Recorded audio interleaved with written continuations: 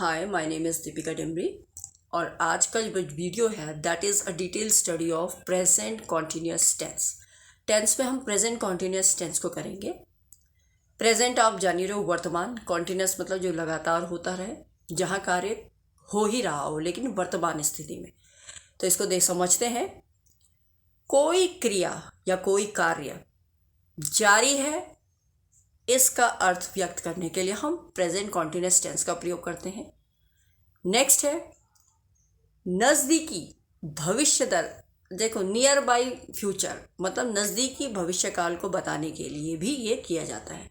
जैसे हम एग्जाम्पल से समझते हैं, उसकी नई किताब जल्द ही आ रही है। उसकी नई किताब जल्द ही आ रही है, अभी किताब आई नहीं है, बट ये है कि नियर है, फ्यूचर में ही है बट नियर है, बहुत नज़दीक है, बहुत जल्दी ही आ रही है। तो वहाँ पर भी हम प्रेजेंट कॉन्टिन्यूस टेंस का प्रयोग करेंगे। इसकी इंग्लिश बनेगी, हम हिज भी कह सकते हैं, हर भी कह सकते हैं, दोनों में से कोई भी हो सकता है। हिज और her new book is coming soon, बहुत जल्दी आ रही है, ज़्यादा टाइम नहीं लगेगा। तो नियर फ्यूचर के लिए भी हम प्रेजेंट कॉन्टिन्यूस टेंस का प्रयोग करते हैं। अगर आप समझें तो काल की संरचना इस तरीके से है, मतलब स्ट्रक्चर इस तरीके से होगा। सब्जेक्ट लगेगा, एम लगेगा, इज लगेगा, आर लगेगा, वर्ब की आईएनजी फॉर्म लगेगी। अब ये कहाँ एम लगेगा, कहाँ इज लगेगा, कहाँ आर लगेगा, we will do in the next slide. पहले ये समझ लीजिए कि क्रिया का जो अंत में अगर सेंटेंस है, हिंदी में कोई वाक्य है, तो वो हमेशा रहा है, रही है, रहा हूँ, रही है, रहूँ है, रहा हूँ, रही हूँ या रहे हैं, इस तरीके से आएगा कॉन्टिन्यूस में। Now moving on to the slide. Present continuous tense को अगर हम डिवाइड करें तो आप जानते हैं हम सेंटेंस के बेस में इसको 3 टाइप से डिवाइड करते हैं। हमने सिंपल प्रेजेंट टेंस में भी किया था। हमेशा 3 टाइप के सेंटेंस हम पढ़ते हैं, positive, negative and interrogative. So I am discussing here positive first. Positive को हम एफर्मेटिव भी कहते हैं और पॉजिटिव भी कहते हैं। जैसे एग्जाम्पल से पहले आप ये समझ लीजिए कि सब्जेक्ट के साथ कैसे लगेगा। अगर आपका सब्जेक्ट प्लूरल है, आई, वी, यू, दे है, तो आपका लगेगा सब्जेक्ट एम, आर, वर्ब की आईएनजी फॉर्म। जैसे एग्जाम्पल आपको ये पता होना चाहिए कि आई के साथ हमेशा एम लगेगा, यू, वी, दे के साथ हमेशा आर लगेगा, और ही, शी, इट जो कि सिंगुलर नाउन्स है, इनके साथ हमेशा इज लगेगा। तो ये स्ट्रक्चर के बाद हम इसको एग्जाम्पल से समझते हैं। जैसे आई एम प्लेइंग क्रिकेट, तो आई के साथ एम लग गया, प्लेइंग, तो play is your verb, I is your subject. तो मैं क्रिकेट खेल रहा हूँ आ गया। सिंगुलर नाउन्स में ही, शी, इट, जैसे सब्जेक्ट है, इज है, वर्ब की आईएनजी फॉर्म। जैसे he is sleeping, he is sleeping, तो ही सब्जेक्ट हो गया, स्लीप क्या हो गया, वर्ब हो गया, आईएनजी फॉर्म स्लीपिंग लग गया, वो सो रहा है।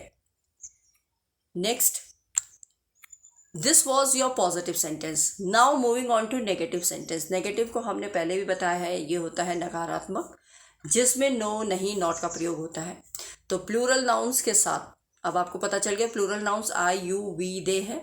इसके साथ सब स्ट्रक्चर इस तरीके से बनेगा, सब्जेक्ट लगेगा, एम, आर लगेगा, लेकिन नॉट का प्रयोग लगेगा, उसके बाद नॉट लगेगा, फिर वर्ब की आईएनजी फॉर्म लगेगी। पहले सब्जेक्ट लगेगा एम या are according to the subject, then plus not, then verb की ING form. Is that clear? तो सेंटेंस से देखते हैं। जैसे I am not going to the station, I के साथ एम लग गया, फिर नॉट लग गया, गो है verb, ING form going, to the station मतलब मैं स्टेशन नहीं जा रहा हूं। या आर के साथ अगर हम देखें तो हमने बनाया they are not playing chess.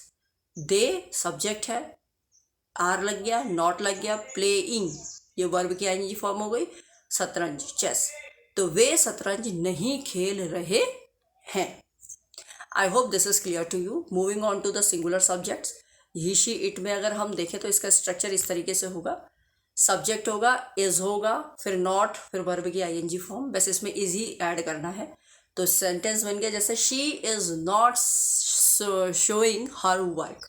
She is not showing her work मतलब शी तो सब्जेक्ट हो गया, इज लग गया, नॉट लग गया, शो दिखाना, तो आईएनजी फॉर्म वर्ब की, शोइंग, हर वर्क अपना कार्य, तो वह अपना कार्य या काम नहीं दिखा रही है। तो नहीं है इसलिए ये नेगेटिव है।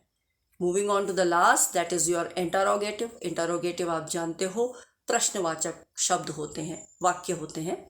तो जिसमें प्रश्नवाचक में आपका लगता है जैसे सब्जेक्ट प्लूरल अगर है तो हम पहले एक प्रश्न, अब हम प्रश्न कैसे बनाएंगे इसको, तो आप जानते हैं कि आई यू वी दे के साथ एम या फिर आर आई के साथ तो एम लग जाएगा और यू वी दे के साथ आर लगेगा।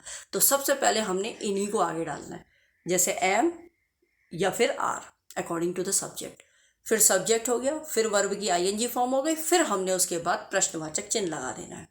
तो वो स्ट्रक्चर बन गया। तो एग्जाम्पल से समझते हैं, जैसे आई के साथ एम लगेगा तो एम आई शाउटिंग, तो ये प्रश्न हो गया, क्या मैं चिल्ला रहा हूँ? Is that clear? या फिर are you eating bread, are के साथ यू तो आर आगे लग गया ना, प्रश्न बन गया आर यू ईटिंग ब्रेड, क्या तुम रोटी खा रहे हो? Is that clear? प्रश्न हो गया। तो ये सिंगुलर, ये आपके प्लूरल नाउन्स हैं। Now moving on to the singular. Singular में आपको पता है ही शी इट आएगा। अब कुछ नहीं होगा, इसके आगे इज लगता है तो ये इज आगे लग जाएगा, फिर सब्जेक्ट लगेगा, फिर वर्ब की आईएनजी फॉर्म लगेगी और प्रश्नवाचक चिन्ह लगेगा। तो इसको हम सेंटेंस से समझते हैं। Is she ironing the clothes, ironing का मतलब होता है प्रेस करना। तो क्वेश्चन बन गया, क्या वह कपड़ों पर इस्त्री कर रही है? इस्त्री मतलब प्रेस करना, आयरनिंग करना। तो is she ironing the clothes, ये प्रश्न बन गया, तो इज पहले लग गया। तो याद रखिए इंटरोगेटिव में एम आर पहले लग जाएंगे और यहाँ इज पहले लग जाएगा सिंगुलर में। बाकी सब्जेक्ट रहेगा, वर्ब की आईएनजी फॉर्म लगेगी और प्रश्नवाचक चिन्ह लगेगा। So I think all the 3 sentences are clear to you of present continuous tense. If it is clear to everyone, please like, share and subscribe this channel, and of course click on the bell icon so that you can get the new notifications every day. So bye, take care. Till then, bye, take care.